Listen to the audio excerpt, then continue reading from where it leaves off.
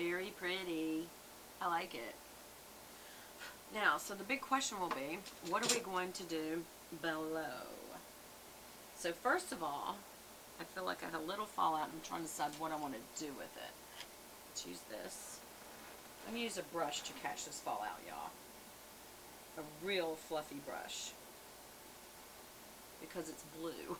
And you don't want blue showing up all over your cheeks. Or even on this inner area of the eye. That's not where I wanted that to fall. Or the sides of your nose. I see it on the sides of my nose. It's just fallout from any kind of powder, whether it's good powder or bad. I've just learned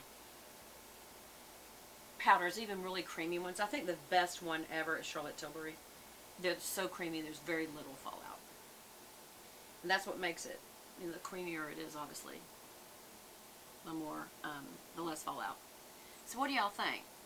So first of all, I think I'm going to go ahead and use, no, I don't want to use that. I am going to use a blender. This is a, it says soft crease brush also. I'm going to use a blender for this edge right here, right by the nose.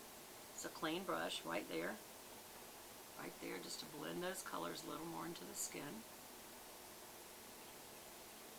Just so I have a nice, and then kind of back, doing that over here to just kind of round out that edge. So there's not a line. Wow. Boy, did I fall out for some reason right there. And here. I don't know why.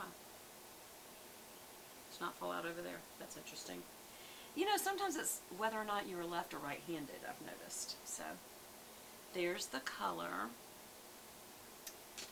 Okay, and so now, what are we going to do underneath? I feel like underneath, you know, I'm also, y'all know this is my little trick, always use the meaty portion of my hand, make a expression with your mouth and eyes, and go back and forth on the outer area to get any of that additional fallout and also to blend the edge better. Yeah, I feel like that does help. And maybe even a little right there. Yep. Oh, you know why? This color is going to stick really good because I used today, well, concealer, and I actually used that on top of the Too Faced Shadow Insurance. It's not my favorite anti-crease eyeshadow primer, but I do sometimes like to use an eyeshadow primer. And my favorite's Urban Decay's eyeshadow primer. If I'm going to use one, I rarely do. But anyway, I do want to kind of blend that in a little bit more, to be honest with you, because that is so dark. Let me blend that in. I just want the color blended right there, the blue and the brown, a little better, a little better. So you can't see where one stops and the other starts, like that. Okay, now we're going to go underneath, and I'm clearly going to use, this is a Luxe Precision Shader, or what I would call a short shader, so this is really tiny. But I am going to use it to go under the eyes with this cool brown, and I also might use it, I'm going right through the lashes, just like to make it like a liner. But also I may use it for the brow. Matter of fact, I think I will, and I'll tell you this is just too small. Well, you know, there's a brow brush. Brow line 322. Let's use it. I don't ever use this kind, but let's just do it. It makes more of a line, and I don't like such a defined line. Okay, so we're going to go up. See, I want that to kind of dust through my hairs instead of be such a perfect line.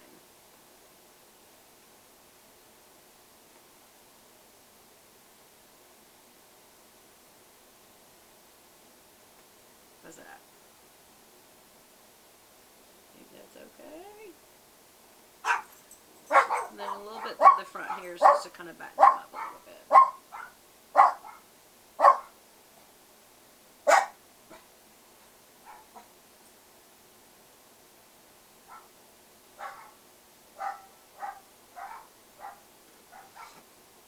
Look at the difference in my brows. So different. This one's lower anyway, but when I really work on filling this in nicely, yeah, it's pretty different. Okay, so this will be some work again because this is too precise. I would rather have a short shader than a precision line brush because I can actually do more, to be honest with you.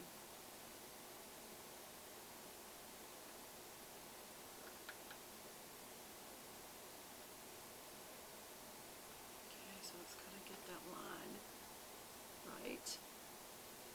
And a little fleecy on the end so it doesn't look so stumpy on the end. And also we're going to have to come in a little higher on this side. It's a little too high. Soften that up a little. What do y'all think? Am I doing a good job? What are your suggestions as you see me?